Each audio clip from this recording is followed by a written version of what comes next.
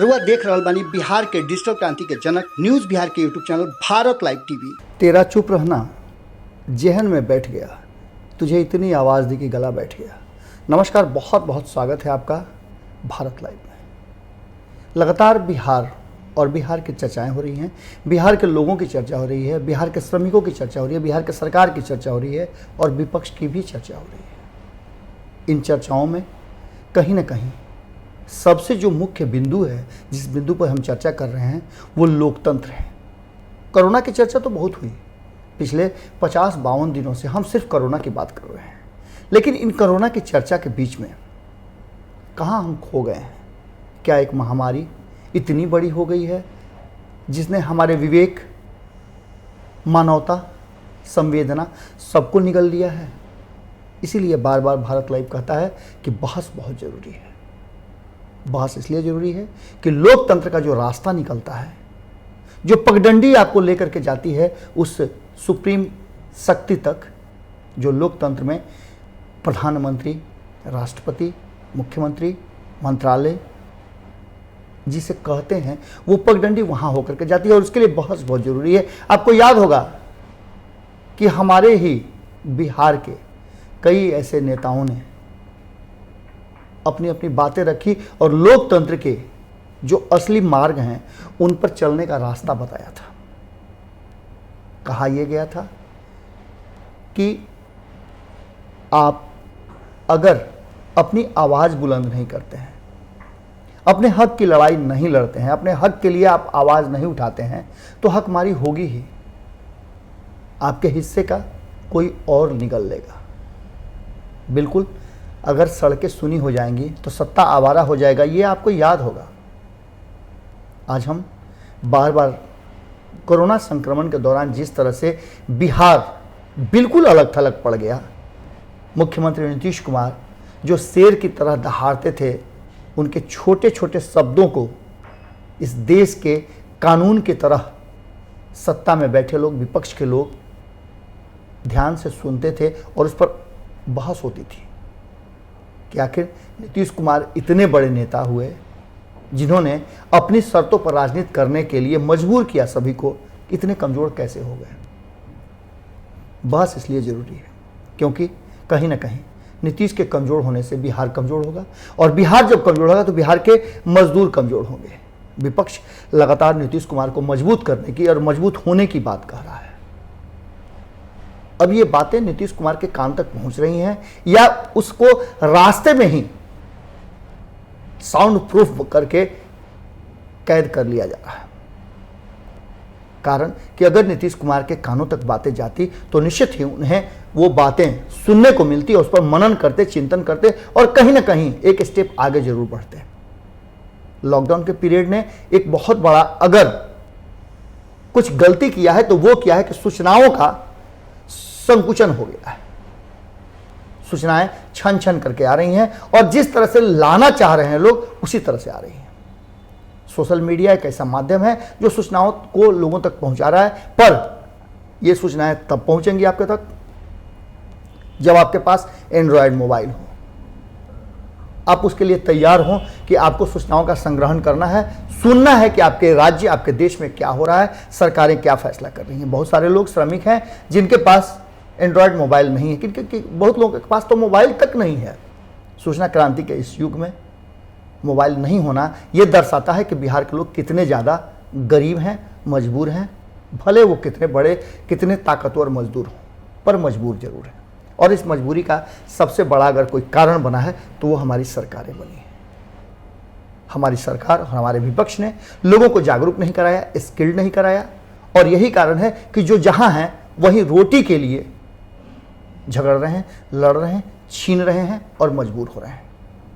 सिर्फ 2 रोटी के लिए उन्हें कैद करके बंधुआ मजदूर की तरह रखा गया है। और कई लोगों ने हमें बताया भी है कि जब हम यहाँ काम करने आए थे तो हमारा पगार 500 रुपये रोज था। आज हमारी स्थिति यह है कि हमें 30 दिन खटा करके 10 दिनों का पैसा दिया जा रहा है और 20 दिन हमारे खाना और खुराकी के नाम पर वसूल लिया जा रहा है। आप समझ सकते हैं कि 8 घंटा खटने वाले मजदूरों के लिए 12 घंटे का काम करने का फरमान जारी हो गया है। 1000 दिनों तक कंपनियां जैसे चाहें वैसे अपना काम करा सकती हैं। आप समझ सकते हैं कि किस तरह का ये सब कुछ हो रहा है। और उस पर से अगर सरकार अंकुश लगाना शुरू कर दे मीडिया पर, खास करके सोशल मीडिया पर, तो आप समझ सकते हैं। हमने एकमात्र खबर दिखाई थी कि किस तरह से क्वारंटाइन सेंटर में लोगों को यातनाएं दी जा रही हैं, लोग यातना भरे जीवन जी रहे हैं। सरकार ने भले ही घोषणा कर दी है कि थाली कटोरा गिलास बाल्टी दे करके लोगों को सम्मानित करके और उन्हें क्वारंटाइन सेंटर में भेज रही है, उनके लिए खाने का व्यवस्था कर रही है, सब कुछ सरकार ने घोषणा कर दिया, नीतीश कुमार ने घोषणा कर दिया कि लेकिन नीतीश कुमार कहाँ कमजोर पड़ जा रहे हैं कि उनके लोग उन्हीं के आदेशों और निर्देशों पर धज्जी उड़ा रहे हैं। क्वारंटाइन सेंटर का जो स्थिति हमने दिखलाया, लोगों से जो बात कराई, वो आपके सामने है। हमने वही बातें दिखा, अपने मन से हमने कुछ भी नहीं कहा था। हमने क्वारंटाइन सेंटर में जो लोग थे उनसे आपकी बातें कराई थी और उन्होंने अपनी व्यथा बताई थी। हालांकि उनकी गलतियों को भी हमने दिखाया था कि लोग कैसे क्वारंटाइन सेंटर से बाहर निकल करके आम लोगों की तरह अपना जीवन बसर कर रहे हैं, दुकानों में जा रहे हैं, सामान खरीदारी कर रहे हैं, अपना खाना अपने बना रहे हैं, सैलून में जा रहे हैं, बाल कटवा रहे हैं, बाल रंगवा रहे हैं। आप समझ सकते हैं कि किस तरह का महामारी है और किस तरह से इस सारे नियमों का धज्जी उड़ रहा था। यह दिखाना हमारे लिए जरूरी था। पर हम पर क्या हुआ? बैन लग गया, प्रतिबंध लग गया कि आप कोरोना सेंटर में नहीं जा सकते हैं। लेकिन कोरोना सेंटर में जो लोग हैं उन पर बैन लगाने का क्या मतलब है साहब? आप अगर उन पर बैन लगाते हैं तो आप कहीं ना कहीं तालिबानी फरमान जारी करते हैं। तालिबानी फरमान से कौन परिचित नहीं है? आप एक तरफ कहते हैं कि तबलीगी जमात के लोग पूरे हिंदुस्तान में कोरोना फैलाने के लिए जिम्मेवार है, पर यह जिम्मेवारी 10 दिनों के लिए क्यों थी? आज तो तबलीगी जमात के लोग नहीं आ रहे हैं। आज बिहार आने वाले मजदूर हैं, श्रमिक हैं, जो एक कमरे में 20-25 लोग 10 बाई 10 के कमरे में रह रहे थे, तो कोरोना निश्चित था। आपने खाने का व्यवस्था उनका नहीं किया, जिससे कि वो अपने घर से बाहर निकलना पड़ा। उन्हें मजबूरी थी उनकी कि वो बाजार गए, अपने लिए किसी तरह से भीख मांग करके, कर्जा लेकर के, ऋण लेकर के उन्होंने अपने खाने का व्यवस्था किया, 2 वक्त की रोटी का जुगाड़ किया और उसके लिए उन्हें बाहर निकलना पड़ा। अगर आप इंतजाम कर दिए होते तो उन्हें नहीं निकलना पड़ता और वो कोरोना संक्रमित नहीं होते, जो आज कोरोना लेकर के बिहार भी आ रहे हैं। लेकिन आपसे नहीं हो सका। आपने दावे तो बहुत किए। अब कोरोना सेंटर से जो खबरें आ रही हैं, वो खबरें इस बहस में बहुत जरूरी है। और इस बहस को शुरुआत किया है कांग्रेस के बिहार प्रदेश अध्यक्ष मदन मोहन झा ने। मदन मोहन झा ने एक वीडियो जारी करके पूरी बातों को रखा है सामने।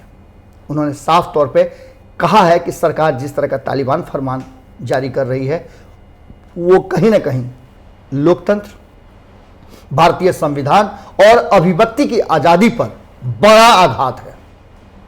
यह निश्चित रूप से नीतीश कुमार के अक्खड़पन और उनके गलत नीतियों का प्रमाण है।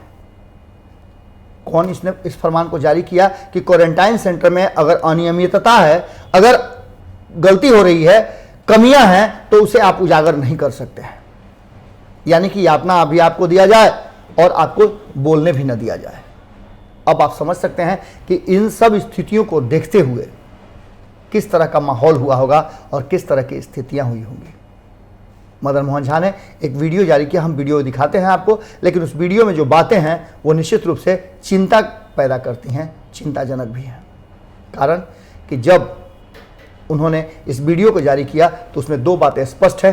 पहली बात तो ये कि कहीं ना कहीं जब प्रेस ने क्वारंटाइन सेंटर की अनियमितता को दिखाया तो उस पर बैन लगा। अब जब क्वारंटाइन सेंटर में रहने वाले लोग अपने पर हो रहे अत्याचार, अव्यवस्था को दिखा रहे हैं, तो उन पर भी आरोप लग रहे हैं और यह कहा जा रहा है कि यदि वो क्वारंटाइन सेंटर की किसी भी बात को बाहर लीक करते हैं या उसका वीडियो बनाते हैं, उस पर कोई तर्क वितर्क करते हैं, उस पर कोई आरोप प्रत्यारोप करते हैं, तो उन्हें किराया नहीं वापस किया जाएगा। आपको याद होगा कि नीतीश कुमार ने घोषणा किया था कि किराया के साथ साथ 500 रुपया भी अलग से देंगे। क्या हुआ उसका? आप तालिबानी फरमान जारी कर रहे हैं, आपके लोगों पर अत्याचार कर रहे हैं, अव्यवस्था कर रहे हैं, लूट मचा हुआ है, जिसकी चर्चा तेजस्वी यादव ने भी की थी कि क्वारंटाइन सेंटर में लूट हो रहा है। राबड़ी देवी ने उस पर प्रश्न उठाया था कि क्वारंटाइन सेंटर उन अधिकारियों के लूट का और गबन करने का एक माध्यम बन गया है, साधन बन गया है। कहीं ना कहीं आप मजबूर दिख रहे हैं नीतीश कुमार जी, कारण कि ऐसे तो आप नहीं थे। शब्दों की मर्यादा है, इसलिए हम बातों को वहाँ तक नहीं लेके जा रहे हैं, लेकिन हमारे पास बहुत सारी सूचनाएं हैं, बहुत सारे लोग हैं जो सीधे तौर पे सरकार को कटघरे में खड़ा कर रहे हैं और क्वारंटाइन सेंटर के नाम पर जो यातना दी जा रही है वो यातना निश्चित रूप से मानवता पर एक बड़ा प्रश्न चिन्ह खड़ा करता है, और खास करके उन लोगों पे जो लोग क्वारंटाइन सेंटर के लिए अधिकृत किए गए हैं। लूट लीजिए, आप जितना लूटना हो कोरोना के नाम पर लूटिए, और भी कई लूटने के साधन बने हुए हैं। ऐसे भी बिहार में 6 महीने बाढ़ और 6 महीने सुखाड़ के नाम पर जो होता है, किसे छुपा है? किसी से नहीं छुपा है। मदन मोहन झा अपनी व्यथा और सरकार की अनियमितता पर जो बोल रहे हैं, आपको सुनना चाहिए। आप सुनिए, उसके बाद फिर हम मिलते हैं।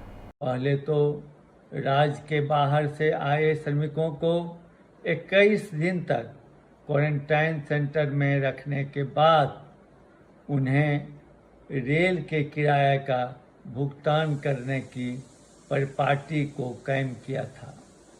उसके बाद उन्होंने वहाँ के कुव्यवस्था को छुपाने के लिए मीडिया कर्मी के भाइयों को जाने पर रोक लगा दी थी, और जब वहाँ के श्रमिकों ने कुछ जगह आवाज़ उठाई तो सरकार ने यह निर्णय लिया कि अगर आप क्वारंटाइन सेंटर के कुव्यवस्था को कहीं भी उजागर करेंगे तो आपको रेल किराया के साथ साथ अन्य कोई सुविधा सरकार नहीं देगी।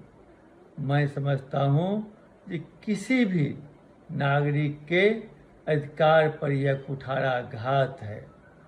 मैं आज भी सरकार से आगाह करता हूँ कि यह जो पैसा है वो किसी एक व्यक्ति का नहीं है, इस पर राज्य के सारे लोगों का अधिकार है, और उसी अधिकार के तहत आपका कर्तव्य बनता है कि आप उन श्रमिकों को जो आज महामारी में इस बात की आवश्यकता महसूस कर रहे हैं, उन्हें मदद करने की व्यवस्था कीजिए। यह आप उन पर कोई उपकार नहीं कर रहे हैं, यह आपका कर्तव्य बनता है। जैसा कि आपने सुन लिया कि मदन मोहन झा क्या कहना चाह रहे हैं और उनकी बातों में कितनी स्पष्टता है। अगर सरकार के कानों तक, नीतीश जी आपके कान तक ये बात पहुंच जाती है तो निश्चित रूप से आपको इस पर एक्शन करना चाहिए, क्योंकि आखिरकार आप ही बिहार के सिरमौर हैं पिछले 15 सालों से, और आगे भी आप अपेक्षा रखते हैं कि बिहार के लोग आपको पुनः ये जिम्मेवारी दें कि आप बिहार के संचालक हों, मुखिया हों, मुख्यमंत्री हों। इसके लिए आपको निश्चित रूप से एक बार फिर से 2005 वाला मुख्यमंत्री बन करके, नीतीश कुमार बन करके, सुशासन का जो आप दावा करते हैं वो बन करके, न्याय के साथ विकास की बात करके आपको आगे आना होगा। आपकी बातों और आपके शब्दों से लोगों को डर होना चाहिए, नियमों का पालन होना चाहिए, उस पर की नज़र आपकी होनी चाहिए। खबरों का सिलसिला भारत लाइव पे कभी नहीं रुकता, जुड़े रहिए और सब्सक्राइब जरूर कीजिएगा, क्योंकि जब भी आप सब्सक्राइब करेंगे, घंटी दबा देंगे तो खबरें आपको बिल्कुल मुफ्त मिलेंगी। कोई पैसा खर्च करने की ज़रूरत नहीं है और अच्छी और सच्ची खबरें आपको यहीं मिलेंगी। कमेंट बॉक्स में अगर आप कुछ लिखना चाहते हैं, आपके कोई विचार हैं तो सुविचार जरूर लिखें, दुर्विचार हो वो भी लिख सकते हैं। आपको जो बोलना है बोल सकते हैं, क्योंकि कमेंट बॉक्स आप ही लोगों के लिए है, वो आपके स्वतंत्र अधिकार की अभिव्यक्ति का माध्यम है।